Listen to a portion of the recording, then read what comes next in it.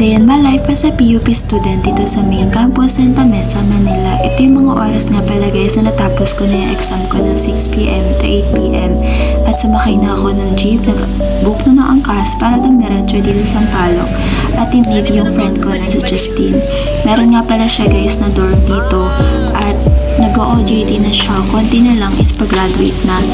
Thankful ako kasi yun, na-survive na yung 4 years and ang dami naming napagkwentuhan at nakapag-coffee na rin kami. Halos 4am na rin nga pala ako nakatulog at halos isang oras yung naging tulog ko at gumising na rin ako ng 7:20 para gumayak at nag-book na lang din ako ng angkas para mas mapabilis yung biyahe ko. And buti na lang din pala guys is may siyang sinishare about sa mga student nga na naisasakay niya kasi ayun, parang alam niya na yung mga student is sobrang daming ginagawa, ganyan. So, thankful din ako kasi nakapagkwentuhan kami not only by the environment but also about word of God. And mamadali na rin nga pala ako dyan kaya medyo hindi na ako nakapag-video. Then, bumili lang ako ng coffee jelly para malasan yung antok ko at dumiretso ko dito sa library at nakapag-login na din. Kasi guys, hindi ka pwedeng dire-diretso lang dito kasi may nag-check kahit na sobrang aga pa. Yun, dumiretso na ako dito para hanapin yung mga references na kasama dun sa research namin. At parang ang hirap niyang hanapin talaga pag bayit books. Pero iniisip din okay pa din yung sa book mo ang hanapin. So, kung ano nang pinagsasabi ko dyan, mas marami pa akong emek sa buhay kaysa dun sa paghahanap.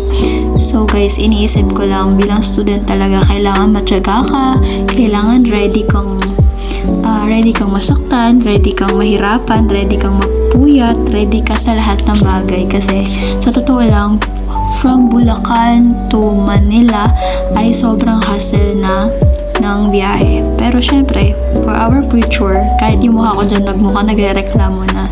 Ayan, focus lang ako sa goal at goal kong sumakses sa buhay. Diba?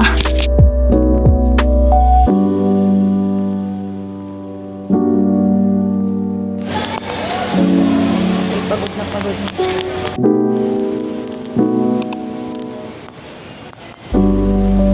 Hey guys, so after ko nga pala guys i-take yung dalawang subject na exam, dumiretso na rin ako dito sa Foresa to Recto.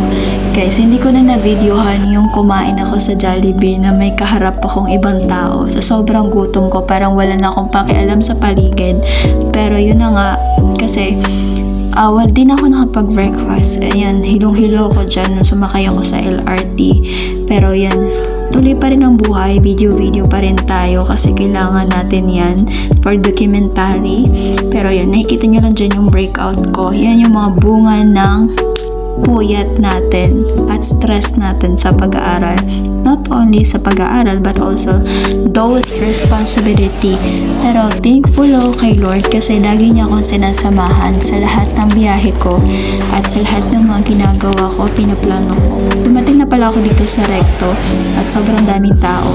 Naranasan ko talaga dyan na makipagsabayan, makipagsiksika ng sobrang init ng panahon at lumakad na napakahaba. At dumating na ako dito sa Doroteo Jose. At guys, mali ako ng binabaan dyan. Kaya ang nangyari sa akin, sumakay pa ako ng jeep ng Santa Cruz para bumaba dito sa Caloocan sa terminal ng bus. At iyan yung naabutan ko, sobrang daming tao. At thank you Lord kasi isa ako sa mga nakapasok dyan sa bus na yan. Kahit sabi ko kahit nakatayo okay lang, pero hindi niloob ni Lord.